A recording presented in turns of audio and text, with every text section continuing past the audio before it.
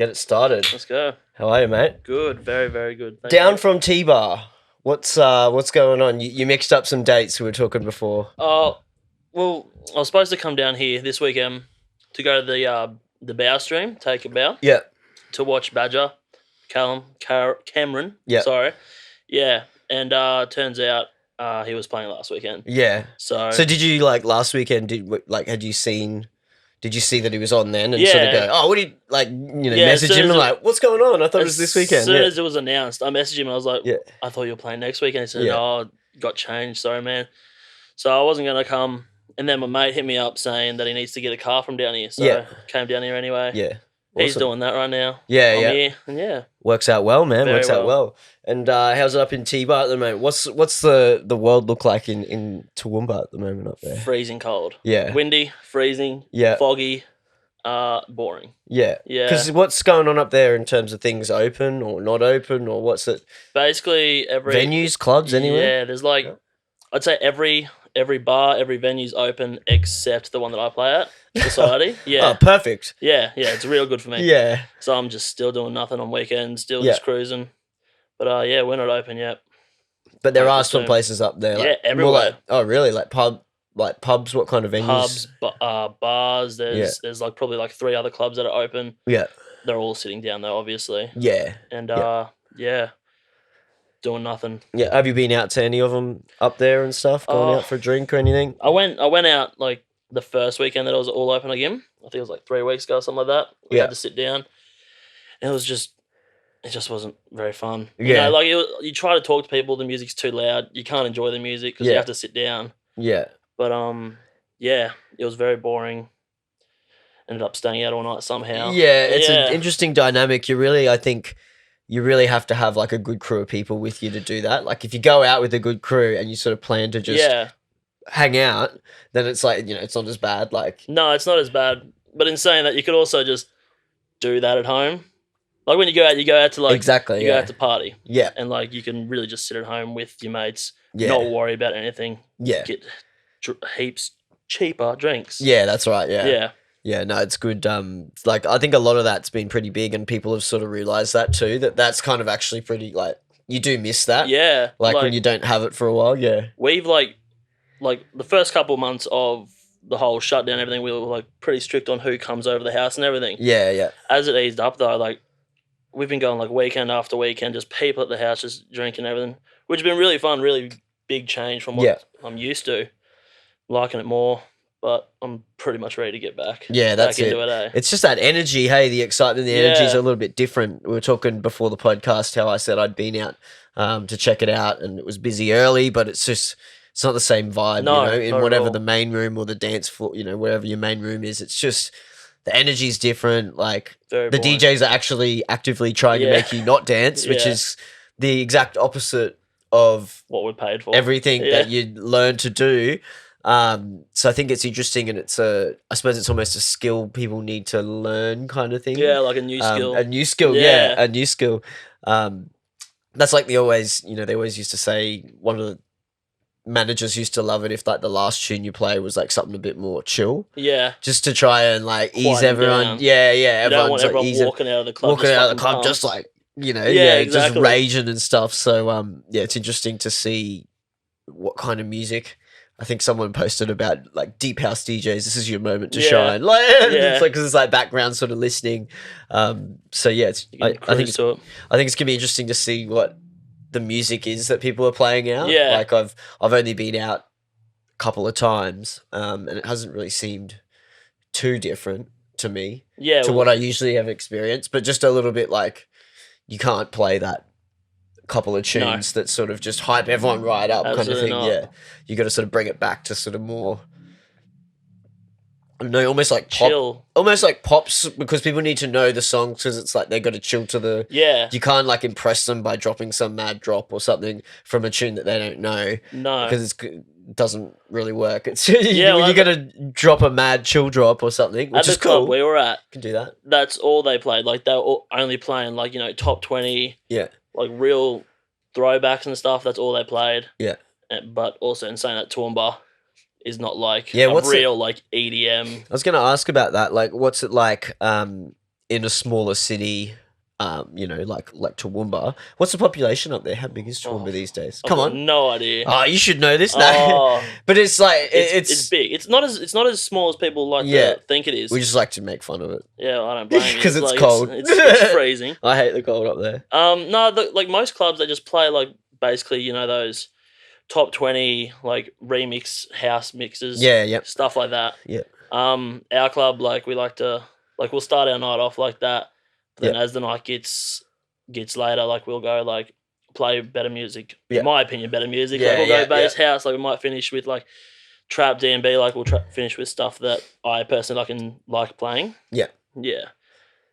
But, so it keeps it a little bit more like personal and stuff like that at the club. Stuff. It's always good when you can play at a club where it's stuff you enjoy. Exactly. You know, like otherwise it just gets. It really does start to feel like a job. Otherwise. Yeah. And before society, like I'd played at 2 clubs in Toowoomba beforehand. Like I was relatively new, but I didn't enjoy playing it. Yeah. Because it's just stuff that you hear on the radio, and it's just everyone likes it, so you don't like it. Yeah. Whereas like society, we have more free range to play what we want to play. Yeah. And that's really good. And did you say was it 3 clubs you set up there? There's probably about 4 clubs. 4 clubs that have dance floors and have DJs. Yeah. There's like probably a lot of it's like commercial stuff though. Yeah, very. It's interesting, like, you know, in a small town like that. You know, I was in Townsville at uni, and that's where I started. So, I mean, there's probably a few more clubs in Townsville than in Toowoomba, I'd say, but still that small. Yeah. You know, sort of city, and a lot of people who go there, especially from uni, are from like surrounding areas. Yeah, like rural. And that's rural, you know, that's even smaller cities. So it's interesting to see, and when I was on college and at uni there, the different kinds of music that people from those smaller towns like and listen to. It's obviously there's a lot of like rock and that kind of, you know, like Aussie, you know, sort of you know, rock and classics. Yeah, your Aussie classic rock kind of vibes. So it's interesting, I think, to find out, you know, is it like that up in Toowoomba, or is it not that sort of small town mentality? Like, is it a little bit more maybe progressed in terms of other more modern genres? I'd say it's probably a bit more progressive. But in saying that, like if you walk into a club at Toowoomba at about 9:30, you're gonna probably hear like classic Australian songs, or it's either that or like throwback R&B hits. You know? Stuff that people really do know. Exactly. And that from a while back. People will like dance to. Yeah. As the night goes though, it does change up, especially at society. Changes up. And so would you say that's like one of the bigger ones or the biggest one? Like how big is there some of them smaller than others or anything, or? They're all pretty much the same size. Yeah. There's one club that has like it's not 15. It's probably like 5 rooms. They've got karaoke. They've got like a games room. They've got a pool table. And 2 club rooms. But everywhere else is pretty much same size. We've got 2 rooms. We've got an R&B room. Then we've got our main room. Yeah. And the only one's not open. Only one's not open. Is there any have they been speaking about when if they're thinking of opening, or are they sort of waiting for restrictions, or do you know at all? Honestly, I've got no idea. Yeah. No. You're just waiting for them to tell you that they're opening. No, well, last I heard it's because our club isn't like it's basically a big dance for the whole club. Yeah. So and like they just don't want to. Yeah, it makes it hard. Chairs all around the place and then police it and everything. Yeah, it'd be harder. So that's what it is tough to police a big area. Exactly, you know, a big dance for a big area, open space, more security, and you know, it's just I can just see how it would get out of control so quick, and you can't really make a lot of money either. No, you know, like you've got limited capacity and stuff, especially with the seats. Like Prohibition opened up that side, that next block because it was to have more floor space. So they could have more people. Yeah. And so it was really like I thought it was awesome out there. Like it was just like this big open area, barrels couple of barrels is this the everywhere. Old Smokers? Well, it's where the Smokers is, but you know where the stairs go up to that other bit. Yeah. Well, instead of like that fence being there next to the stairs, that's just gone, and it goes straight out to like a big vacant block. Yeah. Yeah, and they had a tent out there selling drinks, some benches around, and then it was just this big, massive open area, and it was like you could hear the music from like the outside bar, but you were like outside and it was like kind of dark and stuff, so it almost felt like you're at a festival. Yeah, because it was like you could hear music in the distance, quiet enough to and talk, everyone's though. sort of everyone's sort of standing around and drinking and just some people sitting down. Yeah, it was really cool. But now you need to have seats, so it's like you're limited by how many seats you actually have in the venue. So yeah, it's interesting. It's like a little ghost or invisible restriction they've put on the clubs without it really being. And then when we go back to normal, where do all those seats go? You buy more seats so you can have all these people. Where they're all going to go then? Yeah, you got to hire them probably, but still, even that, it's just extra expenses that venues can't afford at the moment. They can't afford to be buying and renting chairs and shit. Exactly. Especially when you've got the limit on people. We're not making as much money. Yeah, for sure. So how did you start in music then? Let's start with that because, I saw you sort of online and stuff through, I think, your Mashup packs and stuff that you've done. Yeah. With, with a few other people and stuff. So, but how did you start? Was it when you were younger or what? Oh, yeah, no. Give us the origin story. It was schoolies. Yeah, schoolies. Yeah. I had no idea what I wanted to do. I got a horrible OP. I thought I was going to go to uni. Didn't go to uni, obviously. We got to schoolies. And, Riley Eller? I know the name. Yeah, resident of Met. He was playing. I obviously never heard of him because I was just out of school, and he was playing in the clubs there for schoolies, and I just went there every night, watched that. I was fanboying the fuck out of him. Yeah. And just went there, messaged him later after schoolies, just talked to him for a bit. There was that made me kind of want to get into clubs and everything. And then I went to Good Life the next year, the underage, and saw Marshmallow play. Yeah. Marshmallow, fell in love. I fell in love. I loved Marshmallow. Yeah. And then, after that, I just wanted to do it. And my mate came up to me one day. He said to me that he's doing a DJ competition. Mm-hmm. Obviously, it's YourShot.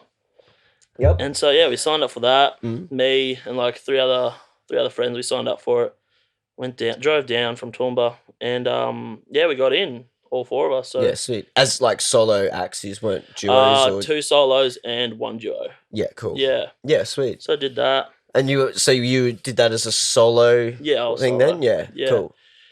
It was bad. It was horrible. As in bad, horrible, as in how you did. Yeah. Yeah, I played those Teddy Cream remixes. Yeah. That I used to have. I started with that, and then I went to Carnage, break the fucking walls off. Crazy song.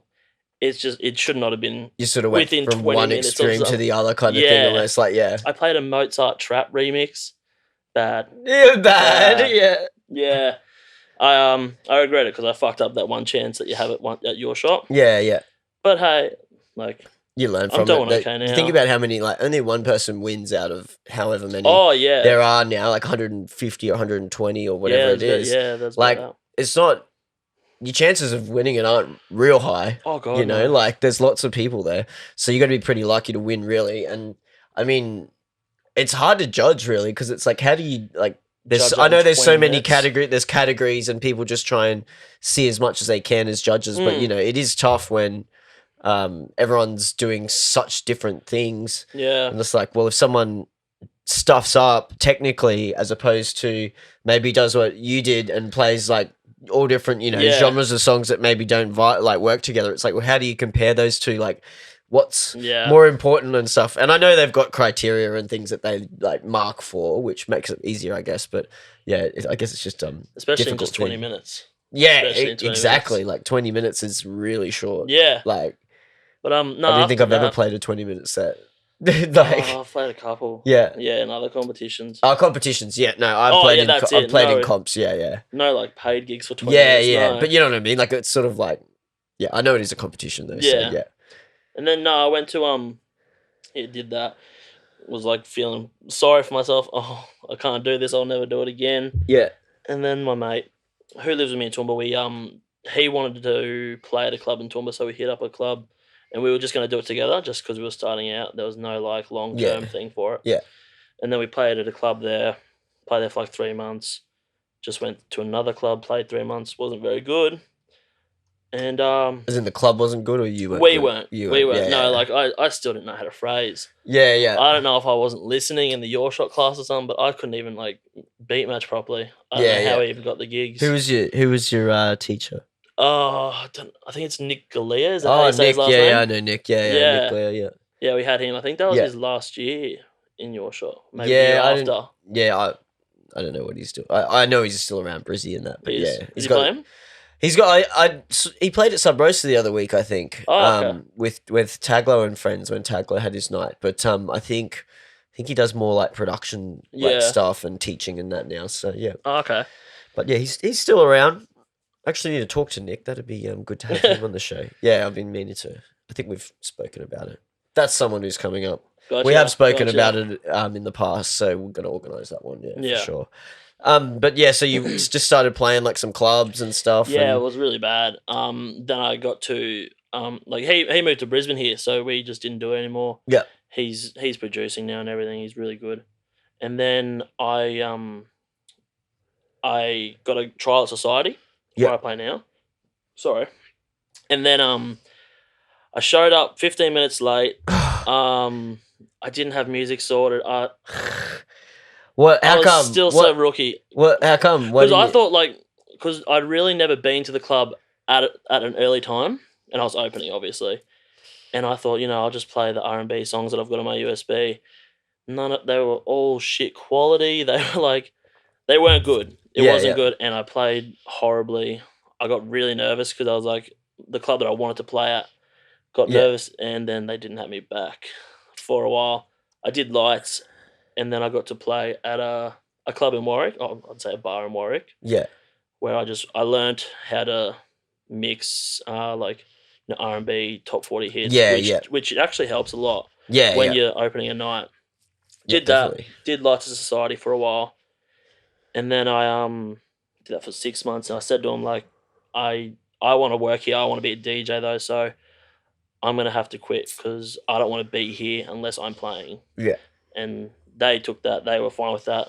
They then 6 months later, Boxing Day, they asked me to come play because someone backed out. And then I've been playing ever since. Oh, not now, but I've been playing ever since then. But since then, that was 2018 Boxing Day. That was the first time I played there. Yeah. Yeah. So you started, I guess, the year you did YourShot. What year was that? 2016. 2016. Yep. So you're 4 years in, I guess. Yeah. Yeah. We can say 4 years. Yeah. Cool. And then I think I saw you were coming down for the Tuskies comp. Is that right? Yeah. On the Thursdays. I did a couple. Yeah. I did a couple. I did the Bridies one. Yep. Yeah, it was all right. It's so hard bringing people down here because I'm not really friends with people who aren't DJs down here, so it's so hard to bring them to a venue. Yeah. But I did that. I did a Tuskies one. I did the last Tuskies one. Made it to the grand final. Brought all my friends down, and I started before they got there. Yeah. So they were all driving down from Toowoomba, and I started at 11:30, and no one was there. But it went really good.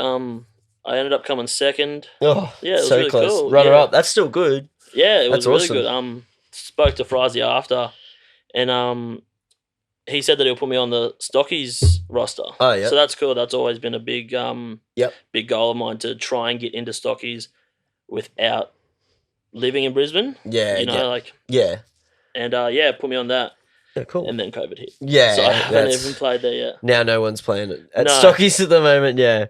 Yeah, that's cool, man. So, and I suppose that's a lot of people like to shit on DJ comps or whatever, because there's only one winner and all that. But sometimes it's not even about actually winning the comp. No. It's actually about making those connections. And even if you don't win, they might see you, they get to see you play, and then it might be, for another place where you might be more suitable, for example. So Stockies or, if the guys are still doing Overlook when it comes back, that's the tech house sort of night. It's interesting people always think about it's just the prize that you win, but there's so much more that comes along with it. Because you actually do meet all the people who work at that club. Then. Yeah. They're all judges, or they all just come to watch. I personally didn't do it to win. I did it because I saw it as a good way to get my foot in the door in Brisbane without actually living here and having to go out every weekend because I couldn't. Yeah. So I found that a good way to do it, and it seemed to work a bit. Yeah. Yeah. Yeah. No, it's good. And so, do you have plans to move or anything? Yeah. Or like is there a reason you're like up in Toowoomba? Like do you have work up there or something that you do, or family or something up there? Well, at the moment, like when Corona started, I actually went full time at Harvey Norman. Yeah. I work at Harvey Norman in the back dock. Yep. And so I've got to get my forklift license, which they pay for. But I don't. If I leave Harvey Norman a year before a year after I get that forklift license, I have to pay for it. Yeah. So basically, I'm waiting to do that, and then we'll get it transferred down here or something. Yeah, cool. But yeah, definitely coming down here. Yeah, so it's on the cards. It's gonna be some time. You've been playing. Probably everything's been pushed back for everyone now. Yeah, exactly. I wanted to go down to Sydney and Melbourne this year, like in this second half of the year, and like do a heap of podcasts with people down there that I've like been meaning to for ages. Trip. But obviously that's not happening. That's not happening anytime soon. So it's going to be interesting. And I was meant to go up to Townsville and play as well. So, but again, it was just the worst timing when Easter was about to hit. And basically just got cancelled. I was like, oh. Yeah, I was supposed to go up north too. I was supposed to go to Club Central in Bundaberg. Oh yeah, cool. Played there at the end of last year. Yeah. And my place in Gladstone, they were both booked in, ready to go. And then like a month before, I had to go up to Bundaberg. Yeah, everything's gone. Everything stopped. How'd you line those ones up? Because that's interesting that you've got ones in other rural spots. Yeah. How did you hook those up? I think it's a mixture of things. Like the DJs at Bundaberg, they'd heard my packs and everything, and they had shown the booking manager there. Yeah. And spoke to him for a bit, and also he knows Benny. Benny Q is the guy who owns Society, one of them. Yeah. And he's like a DJ, plays on the Gold Coast and everything, so people know him. They must have spoke to him, and then they wanted to book me. Yeah, cool. So we did that, and that's how that would have come along. And I reached out to my place to play there. Yeah. And we again, they knew about Society and everything. Yeah. And we got that. Yeah, that's cool. So it's I guess it's partially from the club you're playing at, sort of having some connections in other places, and just that they know where that place is or know of it. And then also you said like the Mashup packs and stuff. So I guess that's a really cool tool, the Mashup packs and stuff, and they get a lot of like traction and stuff like that. Exactly. Well, they get a lot of traction when clubs are open. I don't know about now, like, because I feel like they might get a bit of traction, but people aren't really looking for those, those hit sort of mashup tunes to be able to play in sets, because obviously there's no sets to play. So, no, exactly. So it's, have you thought about have you released any since the, I think you had one recently? Yeah, I held off for ages. Yeah. And I, when didn't want to be known as just the mashup pack guy kind of thing? Yeah, or what? well, like I've been bare minimum trying to learn how to produce. It's just so hard. But I don't want to like disappear. Yeah. So I want to keep putting out those packs while I've got nothing else to put out. Yeah. Such as like production. So I want to do that so people can still see that I'm there. Yeah. And I was gonna hold off on the last pack with Bow, Husky, Sprink, and Xander. Yeah. I was gonna hold off on that, and then the clubs opened, and you're not only allowed to sit down, but I assumed that like in a couple of weeks that after the sitting down thing would be completely good. Yeah. So I put it out. Yeah. Put it out thinking that everyone's going to be looking for tunes. How's it gone then? Like in comparison to the other ones, because I know some of the other ones have done quite well. Yeah, so. It's actually done really well. Really well? Yeah. So maybe it's because people are seeing it on socials and stuff, because people are, more time free. Yeah, I'd say that's what it is. Possibly, yeah. I'd say it's probably... having to do with the people that I've got on it as well. Like, I haven't had 4 people on it. On it yet. So that's helped a lot. It's probably done the best in the time frame. Yeah. It's only been out for like 2 months. Mm-hmm. And it's got 2,000 views, which isn't amazing, but like for me, it's pretty good. Yeah. And I suppose the thing is with the other like previous packs you've done, you're always then building a further audience. Like people who see the pack and go, oh, cool, and give you a follow. And then they'll download more. Yeah, and then the next time when the new pack comes out, they go, oh, I know that pack. Like I've seen that. Yeah. I've seen that before. So I guess it's a good sort of promo tool for that, to do. So yeah, grab another beer. Oh, lovely. Don't hold back. I'm sweating. Yeah, we got those mad lights. The mad porn lights. in the studio. Cars Everyone and always couch. comes in here when they first like come in when it's not set up for the podcast, and they're like, "What are the lights for?" That was like Don't you real worry. worried. Yeah, we do OnlyFans things in here. So yeah, when you sort of put out those mashup packs, like the first one you did, what what started the thought of doing that? Did you just start like doing random mashups and thought I should do them as packs and sort of get other people on board? How did you sort of figure that out? Well, no, like the reason I started doing them was just because when I first got into DJing, the kind of music I would like is the music you could sing along to, and then that would have a drop. Being at the level I was, I didn't know that was an edit or a remix or whatever, and so I wanted to do that. So I asked my mate who works at the same club as me, and sorry, Jesus, just the beers. Oh, and he he told me about them.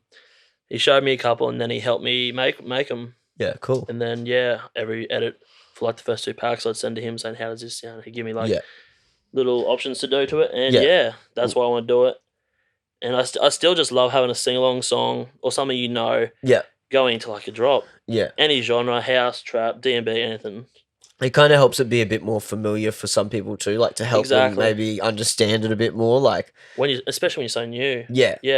Yeah, for like, the general punter as well, it sort of makes it a bit familiar, the song, and it's like, oh, but then there's this other element to it that's different, so it's kind of eases them into it a bit, I guess. And that's like, that I play my edits all like non-stop at the club at Society. Yeah. And that's a perfect place for it, I think, because they all want to sing along, they all want to know the song.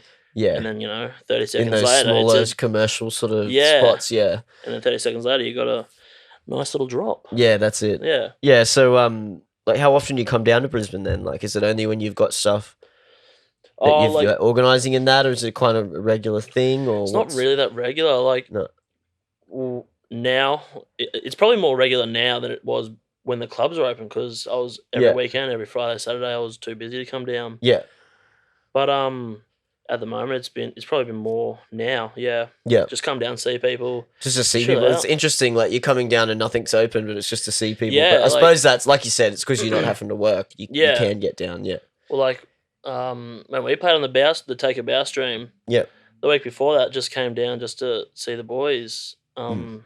Brody, Tao, Foodie. Yeah, and then we came here and played. Yeah, cool. So it's just good to get there's stuff to do down here a little bit. Yeah. Like, you can still do the live stream spaces, and then there's all kinds of things going on, on the sort of online world, I guess, as well. So there's a lot more to do down here than there is Toowoomba. Yeah, in general, not just during COVID. Yeah, ever. Yeah. You can go bowling in Toowoomba. Yeah, sick. That's about it. Pretty much. Yeah.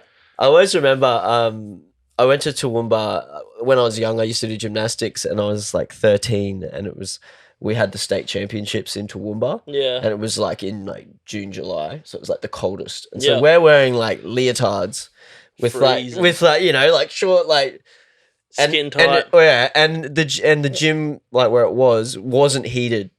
So it was like they had like the blow, the big the blow, like the jet heater type things. Yeah. The big really? hectic ones. Yeah, like, but unless you were standing right next to it, doing nothing, you wouldn't even feel it. So like you'd be standing at the end of the vault, ready to like run down, and it's like blowing on you. And you're like, this is so good. Yeah. Then as you're running down the vault, like you get like halfway down, you're like, I can't feel my legs anymore. They've gone to, like, because it's such a big temperature change. Yeah. Like, and it's like, and then you just like go, it's like, oh man, I stuffed up so much shit that year at the comp just from like not being used to it. Didn't take the win. I got into the state team, but like just. I think it was like 0.05 I got in by, so that's like super close. But got there. I got in that year. That was my first year in the state team. So, but oh man, hectic. Like even grabbing the bar was like so cold, like metal bar. Can't handle that cold up in Toowoomba, man. See, I'm used to it. Like, as I'm sure you can see, I'm sweating yeah. I mean, I shouldn't be wearing jeans, but like, I got down here, I had my hoodie on, I had my That's what you said. You said you're like, oh, it's so hot down here. And I was like, no, man, it's just so cold in Toowoomba. Like right now in Toowoomba, it's probably like 7 degrees right now. Yeah. And windy, so it's not great. I love me hoodie weather. And I suppose if you've got all your, all your warm gear and that up there, it's not too bad. No. Like when I first came down from like Cairns and Townsville and moved to like Brisbane. Yeah. Oh, man, I would die in winter because all I had was like I had owned like one hoodie. Yeah. That was it. No jackets, no like no windbreaker type shit, nothing, man. So I was like struggling hard. I think I had like one pair of jeans, like that was it. Like didn't have any other long pants. They were all like footy shorts and shit, you know, like full Townsville bogan life. But yeah, it was so when I came down and I was just like, man, I'm not cut out for this. But I think now that you know, being here for a while, but also just having warm clothes. Yeah. Like, helps. It does help. Yeah. So but yeah, I love the heat. Not the biggest cold fan myself. I'm pretty much the opposite. Like, I don't mind the heat, but like I just love being in it does get a bit hectic, the heat sometimes if it gets too hot. But I don't know. Sometimes I feel like I prefer to be too hot than too cold, and a lot of people don't agree with that. Yeah, personally, I don't. No, don't worry. Lots of people don't. I always say I prefer to take clothes off to get more comfortable than have to put them on. Yeah, I guess so. And plus, it's probably easier to get colder than like to help yourself to cool off. Yeah, than to warm up. Exactly. It can be hard to warm up sometimes if you're like super cold. You don't have an aircon or a heater in your house. You're fucked. Yeah, that's it. So what about like the music stuff then? Like, obviously, you sort of play a lot of different stuff. Mm-hmm. If and when you do start releasing, like maybe some original sort of music and stuff, you said you sort of want to work on that, or you are working on it a bit. Yeah. What kind of stuff are you doing there then? Because the edit packs and the mashups are so diverse, and the genres that you play and stuff. So what are you thinking? Oh, it's so hard, and that's why they're so diverse. Because like I can appreciate so many genres. Like I love my tech house, you know, all these house genres. I love them. Trap, D&B, mid tempo. I love it all. I go through stages. Like I always love my trap, but at the moment, and for the past 6 months, I've just been like real heavy into D&B. Yeah, like liquid D&B, and it's just that's what at the moment I'm set on. 6 months from now, I don't know. Yeah. We'll see how it goes, though. Yeah, it's interesting, though, because... And this is something I've just learnt sort of more recently from... We've been doing these producer meetups here. And, like, the way you produce different genres is, like, so different, like, from, you know, how I make, like, house and stuff, and then I look at how people make, like, their ghetto funk sort of stuff, and it's like a totally different process. And then people are doing like, it's a real diverse group. We have like some big progressive, you have hip hop. Like one of the girls does like what's it called, healing music or whatever, or medicine music or whatever. It's very like sort of hippie, spiritual sort of like. Okay. I'm not quite. I have to talk to her a little bit more about it and I never heard of that. Figure out what find out more about it really.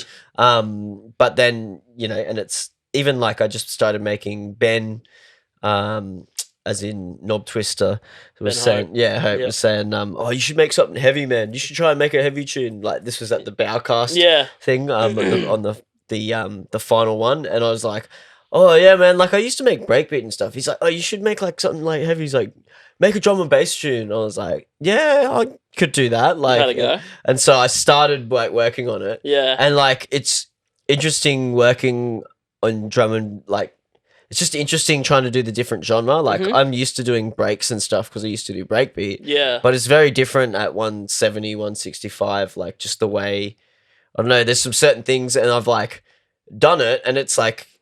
Technically, it's what they do in like drum and bass, like the way the drum patterns and stuff work, but it doesn't sound like drum and bass. It kind of sounds like almost like a tech house. Like the drums sound like tech housey almost because they're like I've put like weird intricate bits in places that like drum and bass people don't do. Yeah, it's more of like a tech house sort of like vibe, but it's at 170, so it's like it's really weird. Like it's a strange like sound, but it's not anything good or anything yet. It's like a loop, a little build up and a loop. It's like not a tune or anything. Gotcha. So I'm still working on it, Ben. I'll give it to you when it's actually a song.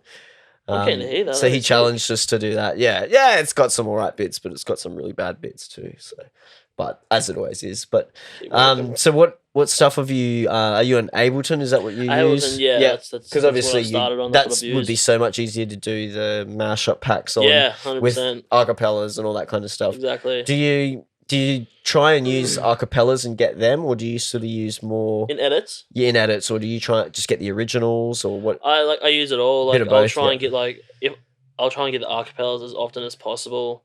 If I'm trying to have 2 songs laid over each other, Yeah. I'll try and get the acapella as often as possible. Yeah. Fuck.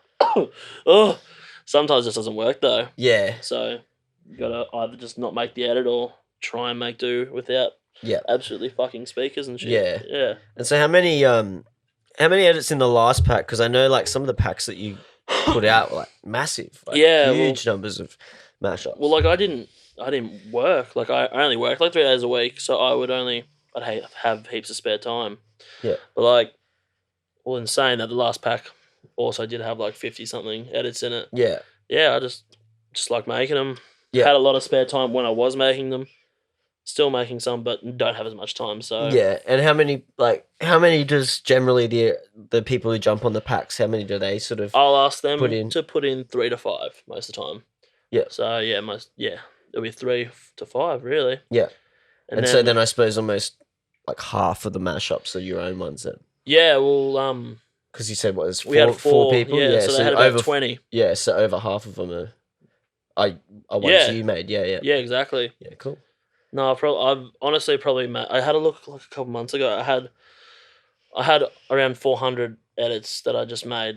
Haven't crazy, put man. all of them out, but yeah, I don't know. It's hectic, man. Like I always, I've been meaning to do this because, like back when I started up in Townsville, it's sort of a similar vibe. Yeah.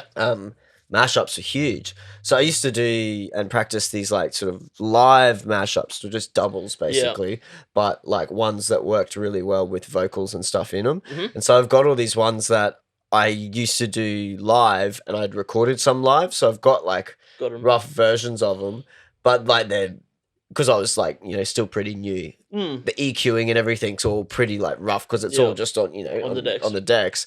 And so I'm thinking, oh, maybe I should like, redo these old mashups, but it's like they're all old, like, shit from like 10 years ago and stuff. So, but it'd be interesting to, I think I had some really cool ones. So I think I might have to do that. It'd be a good place to start. Sort them out. Yeah. Edits you're familiar with. Yeah. I just don't get around them much, man. Like, really? I never really play them in any venues or places I play. And it's, I don't know. I just work on, it's different because I'm working on original stuff as well. Very fair. Like I think working on edits seems like a bit of a fun thing. Like it's fun because it's like almost not instant gratification, but it's like it's quick and easier to make it sound good. As opposed to like, when you're working on a kick. Ages. When you're working on a kick for an hour and it still sounds shit. Yeah. You can sort of get the mashup stuff together. So like how long does a mashup take you to do? It probably varies, doesn't it? Yeah, depending on the track. It's like most of the time, like a very simple one, I could knock it out in like 10 minutes maybe. Yeah. But then there's been times where like I've like spent like hours on doing some, and then some of them just don't work. But I've spent hours doing it. Whether that's too much time or not, I don't know. But I enjoy doing it. So that's all that really matters in my opinion. Yeah, exactly. Yeah.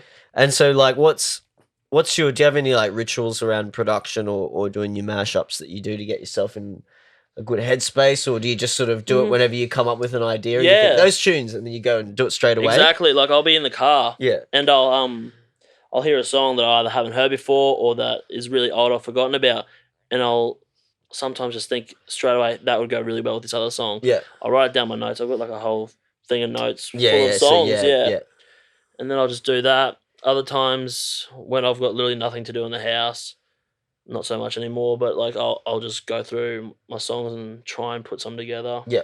Check the keys and everything, do it. But most of the time it's like, hearing a song and be like, that'd go really well with something else. Yeah. Yeah. And so then with like the key structures and stuff like that, do you use mixing key for that? And so then do you ever transpose anything for it? Like do you transpose up or down like keys of ones, or you just find ones that work? Yeah, I try not to. Original, because like it doesn't sound right most of the time. Yeah. So I'll just usually keep it to the original. If it doesn't work, I'll find another song. Yeah. So it's just got to be, they've got to work together. Yeah. Like I've got a pretty big library, so I always find something to put with it. Yeah. Whether it sounds similar or not. Yeah. Yeah. And is like, do you want to, with your like, original production stuff that you might do originals and stuff, do you think you want to, because of that influence, you probably want to work with vocalists and have vocals in stuff that you write? Yeah. I suppose it's hard because you don't know what genre I really don't know what I'm doing. Yeah. Maybe down the line, but like, I'm not just I'm not just into edits anymore. Like, I've, I guess, matured. Yeah. When it comes to being a DJ. Yeah. So like, I do enjoy my music that doesn't have vocals and everything. Yeah. A lot, especially when it comes to D&B. But yeah, I don't know. Maybe down the line I will. Yeah. Probably got to start just getting a grasp of the production first. Yeah. Yeah. How often, like, because I know doing the edit stuff is like, it is good because it's a good way a lot of people start because it gets your head around the interface. The minimal. Yeah. You learn some of the basic plugins and things and, EQing and all that kind of stuff. Yeah. But, so I think that's really good and so many people do that. And then I think what a lot of people do is then do like remixes then where they'll like have like the build up of one tune and then your own drop, like, you know what I mean? And then, people then sort of branch out from there. So have you worked on any stuff like that? I've had a go. I've had a go at like doing a couple I've got to stop playing with this. I've had a couple of goes at of like remixing. It's like I don't know. Because I'm not experienced, in my opinion. Yeah. It sounds all right. Then I'll send it off to my mates and I'm like, ooh, this ain't it. This. Yeah, this ain't it. Yeah. But like, that just comes with time. Are these people who can like give you feedback and advice? Oh, yeah, definitely. Yeah, they're people that know what they're talking about. They'll give me advice like, and you everything. should do this and so you can learn from it. Yeah, exactly. Yeah. Which is a real big help. But like, yeah, in my head, it sounds like really good until they'll point it out and say, oh, do this, fix this. And I'm like, holy shit. Yeah, you're like, oh, I didn't even... Yeah. Now I can hear that. Yeah, that's I never crazy. heard that before, yeah. No, I've had a go, but yeah, still in the very like early stages of it. Yeah, I think that's a big thing too with production that people don't like realize is that like your ears get trained a lot. Yeah. Like, there's a lot of ear training involved. And that's why it is good to have a good setup or good monitors or good headphones or whatever it is because you can actually learn way quicker because you actually know what you're listening to is like accurate. Decent, yeah. Yeah, whereas if you're like in my room at home, like I know that just like through your below MacBook speakers. Well, no, even when I had like when I had speakers set up and that, and some of my treatment was at my house. It anything below 100 it was like you couldn't really know what you were doing. Probably, yeah. Well, you don't really know what you're doing, so sometimes I would write a tune at home and bring it here, and then the low end would be either super way too loud, or it'd be way too soft, like one or the other, and there's no way I could tell when I was actually in my house. So it's like if you're practicing on like learning new techniques and things, if you can't actually hear what you're doing, you're not going to learn. You're not going to learn. Yeah. So I think people overlook a lot of that and don't. That's something that comes later on a little bit for a lot of people because if you don't have a good environment to listen on or you don't have good headphones or whatever, it can be tricky. A lot harder to get yeah, to because it. you're not actually learning the ear part of it. You can learn like the how you actually do it and basics, the DAW and all that kind of stuff, but it's a little bit different. I think it's more for EQing, I think, than anything. But is that something like do you got your head around EQ and stuff like that much? Oh, not really. Not really? No, not really. No. Like, even so with the edit packs and stuff, do you just use like a 3-band or something and sort of EQ that way? Like if you got to put something on? Most of the time I don't really have to like unless it's like pretty choppy, I won't really have to use many effects on it. Yeah. Like just line it up properly and get all the bits, Like I have arrange it not very properly. often, Not very often have I had to. Yeah. Like I didn't even know what compressor did till like 2 months ago. Yeah. That's how like low on the spectrum I am for this. Yeah. And like but you've got the arrangement. I think the arrangement and phrasing is part of it. So when you actually do get those technical skills of using the technical stuff, which anyone can learn, I mean, really, you just got to watch enough tutorials and YouTube and stuff.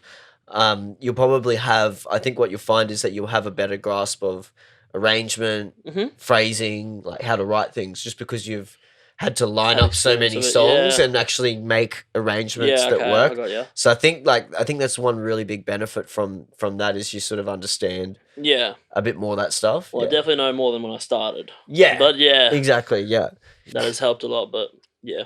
So we'll get there. How often do you work on original production stuff then? Lately not that often. Like there was when Corona first started, I really got into it. Yeah. Like because I was only working 3 days. I was working on it non-stop. And then went full time, and it's just such a shock to it was not a shock, but just such a change. Yeah. Where I'd probably get like an hour in, and then I slowly just started dying down. Last time I probably did it was like a week ago now. Yeah. I've just got to find the motivation to get back into it. I really do. And that's the thing. Once you get a roll on and you keep doing it for a bit, you do. You got something to work on. It's obviously it's different. You probably have to adjust to having the full-time job now. Yeah. Plus COVID, like everything's a bit odd. Yeah, a bit strange and there's so much change. It can be hard to sort of commit and like get that motivation for stuff. Yeah. Have you found anything like that with COVID? Like, has it been tough to? A lot of people are like, oh man, I don't even like. Not that they don't like listening to music, but they're like, I don't even feel like listening to music because like I'm not hunting for tunes for gigs. It sort of feels a bit like why would I even bother? You know what I mean? Like I'm not going to go hunting for tunes. Yeah, I know what you mean. Yeah. Well, yeah, I don't really look for music at the moment. Like, I mean, if I come across something on Spotify or SoundCloud, I'll save it and have it ready to download. But no, I haven't looked for tunes or anything. But no, if I'm not like sleeping or I'm basically listening to music 24/7. Like at work, I've got my AirPods in. I'm like constantly on that. Get that away. And then don't worry, it's where sometimes people like pick this up and they'll just be like just start swinging like twirling this and like playing with it and like doing all stuff. It's funny. I should just get like fidget spinners and sit them on the table and just be like go nuts. Like, go for it. But no, I'm listening to music all the time. Yeah. But I don't really listen to like EDM music. Just all kinds of stuff, yeah. Oh, I'll listen to classic Aussie rock, maybe. Oh, absolutely not. No, I'll probably just like listen to rap, like hip hop, like like ski mask, ASAP and stuff like that. That's what I like to listen to in my free time. Yeah. What did you like? Like, what kind of music did you like when you were younger? Before you got into top music, top just 20. Top 40, whatever. Yeah. Then when I first started DJing, I played like I loved bounce. That was that time. Oh, well, I mean, bounce was sort of a bit before 2016 time, but that I could see how that could be a big influence. Yeah, well, that's because it had that huge, popularity for those few years, sort of just before 2016. Yeah. It was sort of like that early 2010s. Yeah. Yeah. So it was. Yeah, you probably got all the tail end of it and stuff. Yeah, so you were right into that. Yeah, I was pretty into it. I was like into the top 20 bounce remixes because I always still like having to know the lyrics and lyrics to things. Yeah. But no, as I got more experience, like my taste went sideways. Yeah. Like always been into trap after that. After like my first year. And then just slowly just like picking at other things. Like I've only really started like enjoying D&B properly like this year. Yeah. And I've always had an interest for house, but like tech house has been really big for me this year. Yeah. Yeah. It's interesting, like drum and bass has had a bit of a resurgence in the last in Brisbane anyway, the last year, 2 years. Like it always has been here. Everyone's frothing it though. And there's been crews that have been doing it all around the place, but you just see it popping up a bit more in like more not commercial, but like bigger. Yeah, well, the Met was having like D&B nights. You'll go to the Met and see D&B, or you'll hear it all over the place. Whereas before it was like you had to go to a D&B night specific, run by an external. You know what I mean? Like promotions team or whatever. Exactly. Like Rum Jungle or any of the ones that Mike Max and all them do. Mix Max. I can't remember everyone's name. There's too many people to remember. But that has popped up a lot this year. Yeah, there's like in the past year. Yeah. Yeah, and seeing people like drop it into like sets and stuff too. It seems to be something that is now being dropped into a lot of like bass sets and stuff as well. Like catch them off guard. Yeah, break it up, a bit more energy for some hype moments. I suppose it's kind of a bit like how people have put like psy or prog sort of stuff into sets, you know, like real like psytrance sort of like chuggy, you know, like shit into like, you know, you see like Mashed and Kutcher do like a big just funny edit with some big like a hard style song. Yeah, like hard style, like, you know, like people have started to do that over the last few years, and I think drum and bass is that same kind of a high energy, big peak moment that people can do with bass music as well. So it's been interesting watching like drum and bass sort of, you know, have a bit of a resurgence. It has in the past year, because breakbeat and stuff used to be so big in Brisbane, like in the 2000s to 2010 period. Yeah, breakbeat was huge, like massive, like it was the thing. Really? Yeah, man, it was massive. Damn. And part of breaks was also drum and bass, like that was part of the whole, you know, spectrum of it, because it was just sped up breakbeat, you know, basically. Gotcha. So like it used to be like everywhere. They used, you know, and sort of like it died off for a bit there, where I think when the EDM stuff came through, like that early, and the trap and stuff, that sort of took away a lot of people who were into it. And then I think now it's sort of making that comeback, which is the DMB. Yeah, which is really cool. And then like obviously like the tech house stuff has sort of come back in the last couple of years as well. And like that's, I think tech house is almost like it's always been around, like that techie sort of vibe, but I think it's almost a reimagination of what fidget house was like 10 years ago, or 10, 15, 12 years ago. So it's kind of like, I don't know, that might be blasphemy saying that it's like fidget house. People are probably going to hate me. I have no idea what that is. I'll show you some fidget house after this. Yeah, cool. It's kind of like electro-y, but it's like very... Yeah, I don't know how to describe it. We'll have a look. Yeah, it's cool though. It's cool. It's pretty intricate, but yeah. It's probably not. Play it? What's that? Sorry. Does anyone play it? I don't know that there's really many people that like a do it anymore. It's very electro sort of vibes. Yeah. But yeah, it's, I don't know. I'll show you We'll have a look. Yeah, it's hard to describe. Like, but when someone plays a fidget house, I'm like tune. I'm like, that's fidget house. Okay. Like, yeah, and it's like very distinctive. It's hard to describe it. I'll show you after this. We'll have a listen to some fidget house. We'll go looking for some tunes. It's interesting because I think things, you know, go in cycles. Yeah. Like, and so it's like the drum and bass has sort of made a bit of resurgence in the last sort of, you know, year or so. And then same, like I was saying, you know, with the sort of tech house and that, it's like we almost went away from a lot of the, you know, you had the EDM sort of boom like 10 years ago. Yeah. So it sort of drifted away and went more towards the, what I like to call electronic hip hop, which is your trap, your dubstep. It's like an electronic version of hip hop. It's like EDM took hip hop and was like, had a baby. Here's trap. And so we've been doing that for a bit. And now I think it's interesting that, you know, the drum and bass has come back, and then also some of the more sort of housey genres in the EDM world have sort of come back as well. Mm-hmm. So that's interesting to see, you know, happening. What's next? Well, I mean, you know, Lil Nas or whatever made country and trap. So I guess so. I think what's going to happen is you're going to get two genres that'll merge similar to that. Yep.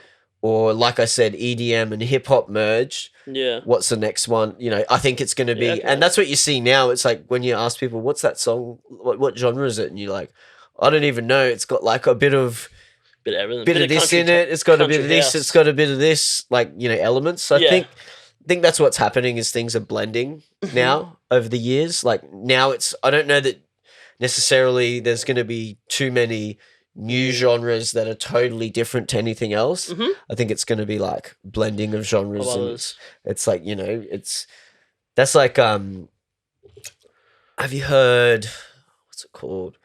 It's called trap hop. So it's You're not talking like, about glitch hop, are you? No. You're talking trap hop. Yeah, it's like trap, but instead of a big 808 kick and sub, it's got a normal kick and a bass, like bass line. So, but it's that trap tempo with trap drums, like the, you know, like the 808, like sort of drums and stuff, and the same sort of leads and that, but it's got a normal kick and a bass line. Yeah, no, I haven't heard of it. Yeah, it's really cool actually. So yeah, it's interesting. There's, you know, there's all these different genres that are like, it's kind of like these two genres mixed. Yeah. And I think that's the next thing. What's just going to keep happening, you know? But you never know. Like, if I could tell you what the next genre was going to be, I would probably just make it. Yeah. Like, if I could do that, I would make it and then go huge. Oh yeah, I would be the one doing it. So I mean, you know, something could come up that no one's thought of yet. I guess we'll have to wait and see. Yeah, something that like country 250 BPM. That already exists. I know there's like, I can't remember the name of the genre, but there's genres that are like ridiculous, like just stuff, and it just sounds like machines, like machine guns going off. It's ridiculous.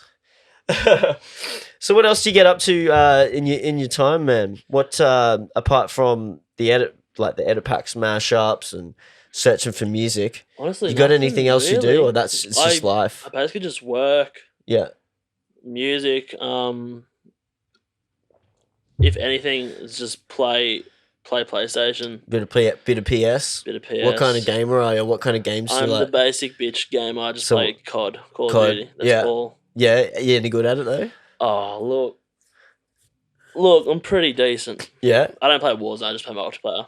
Yeah. I think I'm pretty good. Yeah. I hope I am. Yeah. Yeah, I don't. It was always weird for me because like all the gaming stuff, sort of when I sort of stopped playing gaming stuff, I didn't have a console for ages. Yeah. But I would play like some of the games on computer and stuff because I had a computer. Yeah. Like, at uni and stuff. And so it's like I got real good at playing on a computer, but it's like anytime I go to play first person shooters on like consoles, I'm trash. Really? Just because I'm not used to joysticks and stuff anymore, like playing with them. Especially because back when I was playing like first person shooters, it was like 64. So it was like you didn't have two joystick, like you weren't trying to move two things at once. You're only using like one. So I don't have that long that long like hand-eye coordination knowledge from playing it from ages ago. So it's like for me it's like, oh, get this. I remember when I don't know how old I was, but I got my Nintendo 64. Yeah. The first time I got it, and I played GoldenEye for 5 minutes, and the 3D and the graphics and the way it was moving around in a 3D world fucked with my head so much I got motion sickness. Seriously? After 5 minutes of playing it.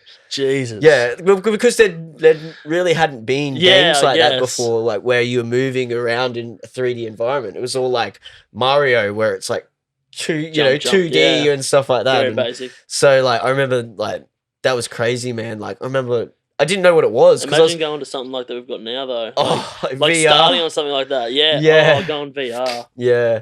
Because, like, but it was strange because I was, like, playing, and I didn't know that that's what was happening. All of a sudden, I just started feeling sick. And I'm playing this game, I'm like, I really want to play this, but I'm feeling sick. And then, like, when I didn't stop playing, I'd start to feel better. I'm like, oh, sweet, to go back and play. And then I realized that it was the game. I was like, this is crazy. Like, the game is making me sick, but it's so fun. Like, I just wanted to keep playing it. But then, got used to it eventually. Yeah. So. I don't know. I see it like a bad habit. Like, because I could be using that time for, like, such better things. And really, you're not gaining anything out of it. This is why I don't play games anymore. I know. Because I haven't had, like, a console for, like, probably 5 years. And, like, when I started work, I was like, oh, I can buy this now. I got it. And I'm not really bad on it. Like, I do still use my time wisely.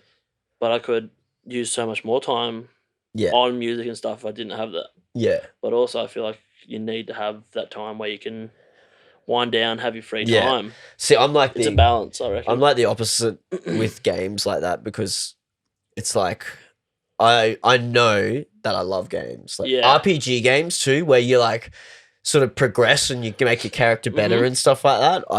I froth it to a bad place level. Like addiction. Like I think when I got like Fallout 2 or whatever, I played it for like a week for like 16 hours a day, 70. What? Like, you know what I mean? Like to that point where it's like bad. Yeah.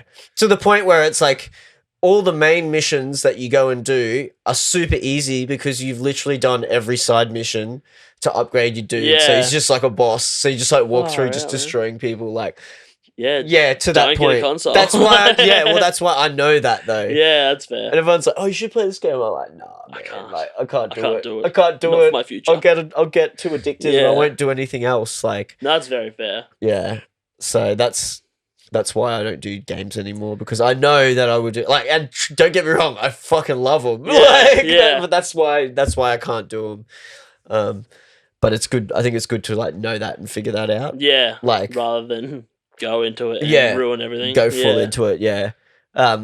So growing up, what did you want to do with yourself? Did you know? I think you said at the start you didn't really know what you wanted to do. No, I thought. I went through phases. I wanted to be a footy player. Yeah. Growing up in a rural town. Because I'm not actually NRL from Toowoomba. or? Yeah, NRL. Yeah. I'm from a town that's half an hour out of Toowoomba, so even smaller. What's that? Pittsworth? No, you wouldn't have heard of it. Nah. Is it which direction from Toowoomba? Shit. Is it more inland? He's it doesn't matter. It doesn't. It is more inland, but yeah, it's nothing. It's we've got a Woolies and an IGA. We're good. Hey mate, you got more than one place to get groceries. Going That's good, eh? Yeah. No, so I wanted to play footy, but I was extremely bad. Yeah. And then, got over it by 13 years old, but I was kind of made to play it. Yeah. Because I was a fat kid, so mum was like, you've got to play. You've got to do play sport, and you've got to have it. You got to do it. And then our under 16s grand final, I didn't play at all. I sat on the bench the whole game, so I was a really bad player. Yeah. Yeah, did that. Don't know why I actually told that story. Nope. Do you want to get into footy? You were saying you want to play footy. Oh, right, yeah. Yeah. And then after that, I wanted to get into radio. Something along those lines. I've always wanted to be on radio. And then I got an OP, and that's your grade 12 scores, yeah. Yeah. And it goes from 1 to 25. One's you're smart, you're really good, you're gonna be a doctor. Yeah. And I got OP 21. Yeah. So it's really bad, in my opinion. And so I went to. I think what I needed was an OP 13. Yeah. I mean, nowadays OPs don't really work. What did you want to do with it if you got that 13? I don't remember what the course was. It was media. It had something to do with media. I don't remember anymore because I don't want to do it. Yeah. And so I just gave up on that and had no idea what I wanted to do until started. Is that still going something to clubs that you would be interested in, radio and that? Maybe down the line. Yeah. At the moment, I'm just focusing on, because I love DJing so much. Yeah. I'm just focusing on that. I'll just kick that. It's pretty fun, eh? Oh, so good. Yeah. That's what I mean. It's so fun and so addictive. That that energy of it and the fun and the music and everything. I think for me it was something similar to games. It was that addictive thing where I was so into it when I first started. Used to do 2-3 hours practice a day kind of thing, every day for 2 years kind of thing. You know what I mean? Really just real full into it, which was great. But it's just got right into it because it's so fun to do and so enjoyable and stuff. But so the I'm very happy. I'm actually appreciative of it's bad circumstance, but I'm appreciative of the break we've had. Yeah, because I think it's you need your weekends sometimes, have a break, which is really good. But I'm keen to get back into it. I think people have I've spoken to so many people and they're like, I didn't actually realize how much I like Saturday mornings. Yeah. Because they was out working on Friday night or whatever. You always sleep in Saturday. They're exactly. Saturday mornings are awesome. You've got the whole weekend ahead. You know. I woke up at 5 o'clock this morning. It's crazy. I've got a whole day. You've got the whole weekend ahead. Yeah. You're you feel good. You can go and do something, and you've still got it's what when you're DJing, I'd wake up at 2 p.m. most of the time, get ready for the next night. Yeah, because you're out so late and stuff like that. That's I remember because I was at uni and I was DJing. Yeah. And so I would I would do usually I would get the graveyard shift on a Saturday, close. Mm-hmm. So it was 2 till 5. This is when all clubs open till 5 and stuff. So 2 till 5 Saturday. So Sunday morning, get home at 6 in the morning or something. Yeah. And then have to sleep till 10 and then get up to reset my body clock. I have to be tired on a Sunday so that I could get up on Monday morning to go to lectures at 8 o'clock. Yeah, okay. Because otherwise, if I sleep in all day, then I'll stay up late, and then I'll sleep, you know, like, so I'd literally have to, like, my Sundays were just, like, the biggest write-off, but, like, not because I would sleep through it, because I'd, like, have a sleep, get up at a decent time, and just be tired the whole day, but be like, I can't go to sleep, because if I go to sleep, I won't be able to sleep tonight, and then I'll do, my whole week would be stuck. Busy? Yeah, you just have to, like, get up and do, like, drink coffee, like, it was, like, a mission, like, drink, like, have coffee and stuff, like, just be, like, stay awake and just try and keep busy and do stuff. But you can't really do much either because you're tired. Yeah. It's not like you could, like, do uni study or something. Yeah. Like, your brain's not operational. No, you're just like, oh, like, the coffee's keeping you awake, but you're not actually, like... You're just there. Awake. Autopilot. You're just, yeah. So that was always interesting, trying to, like, you know, reset the body clock every week, because I'd pretty much always have that shift. Yeah, which is I should have asked them for a better. I should have asked them for better sets. So, yeah, but you know, like it's whatever it is. So because I didn't go out, like because I'm only 22. I don't know how. Yeah, it really was doing the 5 a.m. Yeah, I never had to do that. So like, was it still packed? Was it like because at society totally depends, man. Yeah, but yeah, because at society we're packed till 3 when we close. So was it the same as that? Yeah, because it would totally depend because. A lot of places where you couldn't like get in after 3, but it would be open till 5, and you could drink and all that kind of stuff. So it would depend where you were at 3, and so but it used to make people try and get to places earlier, like not earlier, but before 3. Yeah. So it's like people might go to other places, but then it's like everyone wanted to go to family by 3 because family is open till 5, and it's packed, and it's like. Was the best big club or whatever with the best music and sound system and lights.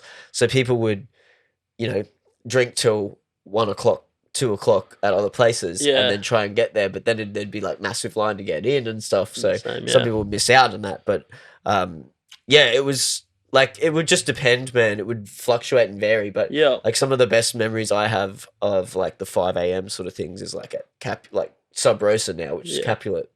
In summer, the sun starts coming up just after 4. Yeah. So you're there.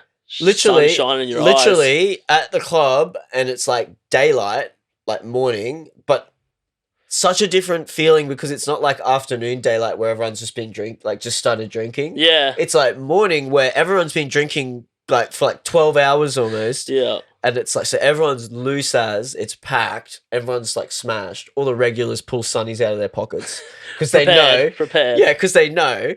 And it's like, it was just like mental because it was just loose, man. Yeah. And there's some footage on Facebook and stuff. Like I've got some footage I've shared and stuff like that. And it's just like, you've never seen like, a looseness like that, like I'm sure it's like at Sub Rosa, like imagine people like standing all on the booths, like actually standing on the chairs, like dancing and stuff, and everyone's just dancing everywhere. Sun is on. There's like 5 DJs in the booth, all like trying, checking, like getting or just going back to back to back to back to back, and everyone's like got sunnies on. Everyone's fucked. There's like the front rows just like.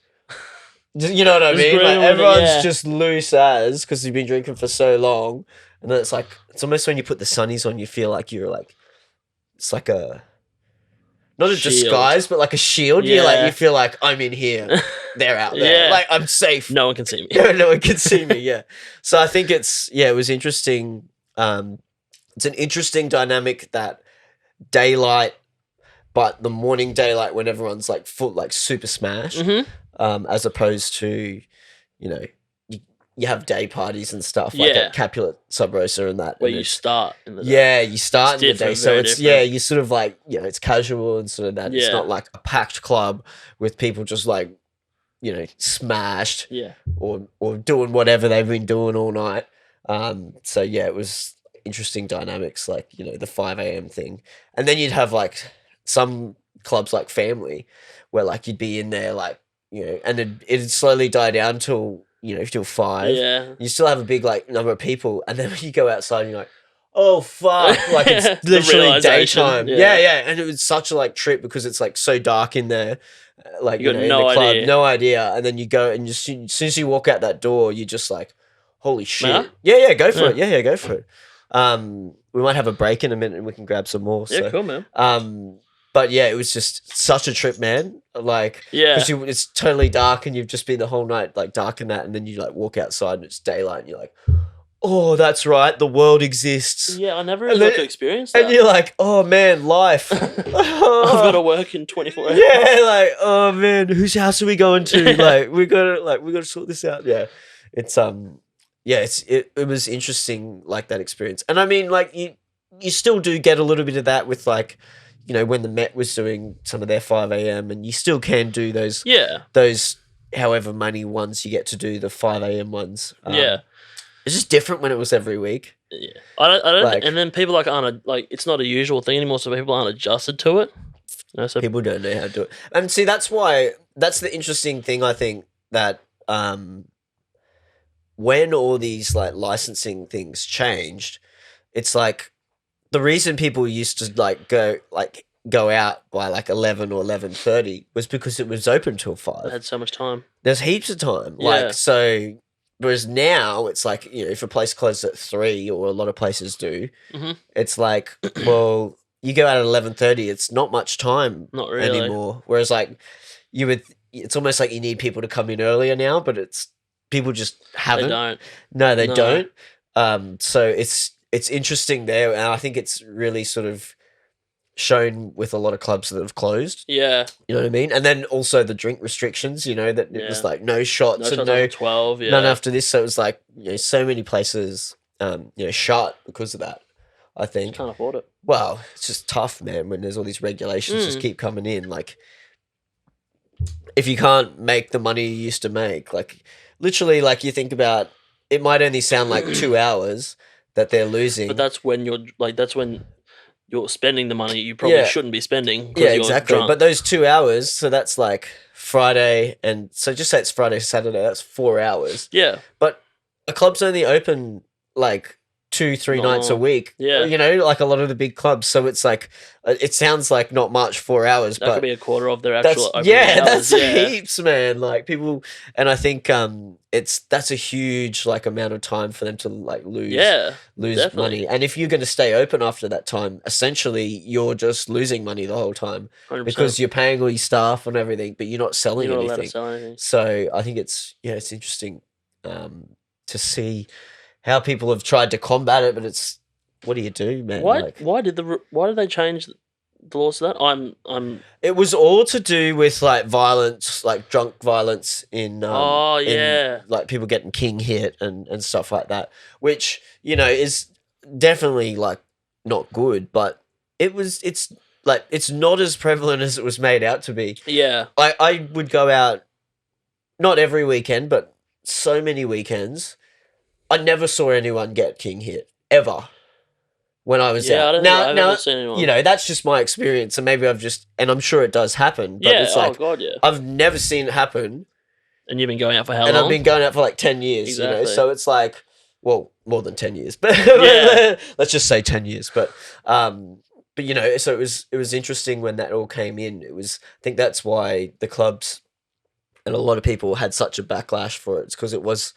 The people who were imposing it weren't the people going out and seeing that it doesn't happen, and then they just see the media that goes, "Oh, this happened," you know, this happened, and then it's like they're the ones imposing the rules, but everyone who's going out's like, "Well, it doesn't actually happen that often," like, you know. So I think it was interesting to when that all came in, but New South Wales has just rolled back all their restriction laws, like their the liquor licensing laws with closing, like in New South back Wales. To 5 a.m. I can't remember what it is exactly, but I'd have to check, but they've changed because wasn't theirs was real early, like 1 o'clock for some places. They've relaxed some of it. I can't remember what it is, but they did it, and then COVID hit, so it closed. So they haven't actually had any weekends of it. So they're sort of like, when COVID's over, it's going to be the biggest party down there. Like, was Sydney not like one of the worst spots for it though as well? For what for the violence? Yeah, King's Cross and that. Yeah. So see, and that's why it's different. It's like, well, New South Wales is different to Queensland. Exactly. You know, like so. You know, I never went out in King's Cross down there in that time period. Yeah. So maybe it is bad down there, but why? You know, everywhere's different. Yeah. So a country, I mean, whatever. Yeah, that's it. So. All right, I need to go take a quick piss. Cool, man. So let's do that, and then we'll come back. Easy. Bang, and we're back. We are back. So tell us, mate, what's the goals? Like, what do you want to do with this whole thing? Is production and like being an artist, like, is that what you see yourself wanting to do? For in the future. Well, like, hopefully for the future, yeah, it does become something where I can, like, it's a big dream, but realistically, not realistically, it's a big dream, but hoping that one day I can not have to work a job. Yeah. And I can just do that. Music and stuff. Yeah. It is a very big dream, but yeah, hopefully. Do you want to get into other things like events and like running stuff or anything like that? Is that something you're interested in? Yeah, I'm very interested in hopefully one day starting to run my own events. Yeah. And I talk to like the guys who own Society sometimes, like trying to just like learn a little bit from them. Yeah. But that's down the track once I can actually like I've made a bit of a name for myself. Yeah, yeah. Where I can use that to bring my own events to places and stuff as well. Yeah. Yeah, so hopefully we'll be able to get there one day. It is a very big dream. Yeah. But yeah. So anything else like in the industry that you're like keen to do or try out, because there's so many people always, people just think of the artist thing, which is obviously the big front man of the music industry, but there's all these other like things that are based around that. Do you have like, because you said you were interested in radio when you were younger and stuff like that. Any interest in stuff like that or any? I'm not really interested in radio anymore. Yeah. I just, most radio stations, you just don't really, it won't appeal to me, is what I mean. Yeah. I do want to do a business management course and marketing as well. And, maybe one day be able to manage artists as well. Yeah. Again, this is just another big dream. Yeah. Could happen, could not happen, but well, hopefully we'll start putting in work for that. Yeah. After I've kind of got my production down a bit more. Yeah. One thing just at a need to time. start volunteering, man. Like people doing events and stuff. Just start volunteering at events. That's a really good way to learn, man. Like if you start volunteering at stuff and people like trust you. like helping set up and stuff. Well, yeah. You just sort of volunteer like to help set up or whatever it is at an event, and even just people seeing you that you're keen and you wanting to help and being like invested. And eventually, then that can lead to having a role within other things, that promotion company. Like, I volunteered, and I basically shadowed I was assisting the artist liaison, like whatever they needed. I was just helping out, volunteering. And then the next year, they offered me that job on the show as to be the artist liaison. Oh, okay. Yeah. So it was like, because I started and showed the interest and proved that I was, like I was actually switched on, I sort of knew stuff, I could work really well. They're like, oh, well, do you want to do it? Like, we'll give you a shot at doing that role. And I didn't have event management degree. I didn't have. I had run events before myself up in Townsville, but it wasn't like I was not to the scale. Some rock star. And all of a sudden, I'm the artist liaison for a festival. We've got people flying in from all over the country, trying to organise flights, accommodation, hotels, transfers, like riders, like all that kind of stuff. Like making and you just look after them like that.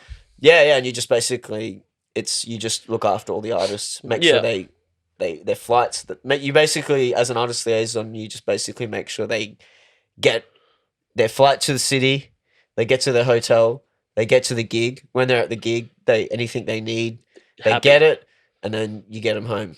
And then to the flight the next day. Yeah. Like, that's the role of the artist liaison, essentially, just to make sure the artists look after them, get them in, get them out, make sure on time, make sure they have transfers, pickups, everything's there. Okay. That's what the artist liaison does. Literally just look after all the artists, whatever it is. How long did you do that for? Well, I moved around a few spots within the company Addicts. Yeah. Which is like breakbeat and stuff. So I did I think I did the artist liaison the next year, and then I did logistics one year. And then I did like festival director for one of our years to like actually running the festival. Okay. So that was one of our smaller ones we did, but it was like the director, like the actual head director was he was like, I'm happy to support and do whatever. He's like, but I think it'd be cool if you ran this one just so you get a feel for experience and that. Yeah, like if there's anything I think you're doing, like obviously he's like, if there's anything that you're doing wrong or like that I think's not a good idea, like I'll tell you. But he's like, basically it's your like you run it this one. Oh, okay, cool. So that was really cool to do that. But yeah, like, and that's what I mean. You can bounce around in all different parts of the, a promotion company, event, company or whatever. Like, you start volunteering and then, you do artist liaison and then you do logistics and then you do festival. Yeah, that's what I mean. Like, so it's, it's a lot of the times, if that's something you want to do, you just do it. And the way to do it is to, volunteer first and get your foot in the door and just show that you're switched on and you're keen and motivated and you're not a drop kick who's gonna not rock up and be able to do the job or whatever. So that's like, I recommend that to everyone, man. If you want to get into something, volunteer and do it. And because you may not even like it in the end. Imagine doing a whole degree of event management and then doing your first event and just going, man, I hate this shit. All that debt. Yeah, so I think it's important to do for that. And that's even the same for like a management or a booking agency or something. Like you could just ring them up and say, hey, I'd like to intern. I'd like to do this in the future. Like, can I come in and help however and learn some stuff? Like, and most people are probably going to say yes to that. Like, you're offering to help them for free. Yeah. As long as you're not, that you actually help. You know what I mean? Like, it's not like, you're not a burden. You actually can help and do some stuff and you're sort of switched on. I think people don't ask enough. Or they don't ask in the right way. Because people don't realize that just asking can be so powerful. Especially when you're offering to do it for free. Yeah. But even just asking is like, what's the harm in asking? What's the worst that could happen? Yeah. No. Exactly. So, and that's like, to be honest, that's how most of the opportunities that I've ever come across have been. Just asking. Okay. And then it's like, they might say no, or they might be like, actually, you know what? Yeah, sure. And it's like, whatever it is, like, could be, a gig, it could be a, anything. Like, it could be a, great example. I got the acapella to I Like That by Richard Vision and Luciani from it's like 10 years, that I like that. Yeah, I'm just singing it in my head, I literally just emailed Richard Vision, the dude whose track it is. This was like 10 years ago, and said, hey, I want to do a remix of this. Can I have the acapella? And then like a day later, I had like an email reply to me that I was just copied into, and it was an email from him to his manager saying, can you please send this guy the stems, please? And then the next day, just got the stems. So I've got the studio acapella stems of it, literally just because I asked. Jeez, all right. And people don't understand that. Like, if you wrote a track, and it had vocals, and someone hits you up and goes, "Oh man, I want to remix your track. Can I use your acapella?" Man, as an artist, you're gonna be so keen. Unless you can't legally. I've had. I remember I hit up Camel Fat. This was before they really blew up in the last couple of years, even though they've always been massive, but they really sort of blew up more recently. And I hit them up, emailed them, oh, can I get the acapella to this tune? And they emailed me back, and they were just like, oh man, we don't actually own the tune anymore because it's signed to the label, so you have to ask the label. And he's like, they're probably going to say no, but they're like, here's the contact to ask if you want. And so, I asked, and they were like, oh no, the label was like, nah. But people. That's the worst thing that could happen, though. Yeah, but people don't think that they'll get a response, and you might not. A lot of the times you don't. But just to ask it, sometimes you'll be surprised at what you can get from just asking. And there's a lot of things where it's you just man, the worst that can happen, as long as you can get over the fact that you might, it's that whole fear of rejection. Yeah, you might get rejected, but if you don't ask, then you're already not going to get whatever it is you want anyway. So I think that's something that people don't think about enough. So there's a pro tip to get into. So if you want to do any of those things, ask. Easy. Get involved. Yeah, it's but yeah, and that's how the community keeps going. You have volunteers, and then they move up and they learn from the older heads. Yeah. They move up into the more senior positions, and then you have other volunteers and people come through, and they move up, and it's the way it keeps going, you know. So, but yeah, that's it. So, so coming up, what else have we got coming up? Have you got anything lined up? You working on another edit pack? Or yeah, another, I am. Mashup? Yeah. Always, I mean, if you love doing them and you just go and do it, yeah. Always gonna always be like, yeah, working on edits. Yeah. Slowly, very slowly getting a hang of production. Yeah. It's just the point of going through YouTube tutorials, which is very beneficial, but also it's just so hard to find what you're looking for sometimes. Yeah. Like I can't actually ask them anything. There's too much. Yeah, there's almost too much information. Like sometimes, like the beginning of a video, I've got no idea what they're talking about, and like I can't ask them anything because they're not there. Yeah, but there's some really good people doing tutorials cheap at the moment too. Yeah, so, I have heard of that. Like doing lessons and stuff. So, and because everyone's like totally on the online vibe, at the moment, it doesn't really matter that you're in Toowoomba. I have. That you know what I mean? I have been looking into it. Yeah. Yeah, and I know some people doing like real good prices on stuff like for tutorials and stuff. So I'll give you some names. Please people do. to talk to afterwards. Because that's great because it helps them out, but it also helps. Of course. Like you out and people want to learn. So I think now's a really great time for that because that's all those big artists and like anyone who has that skill is like at the moment they're like not touring, not doing any of that, like, not playing gigs, not making money. So they're free and they also need to make some money. So it's like, why not?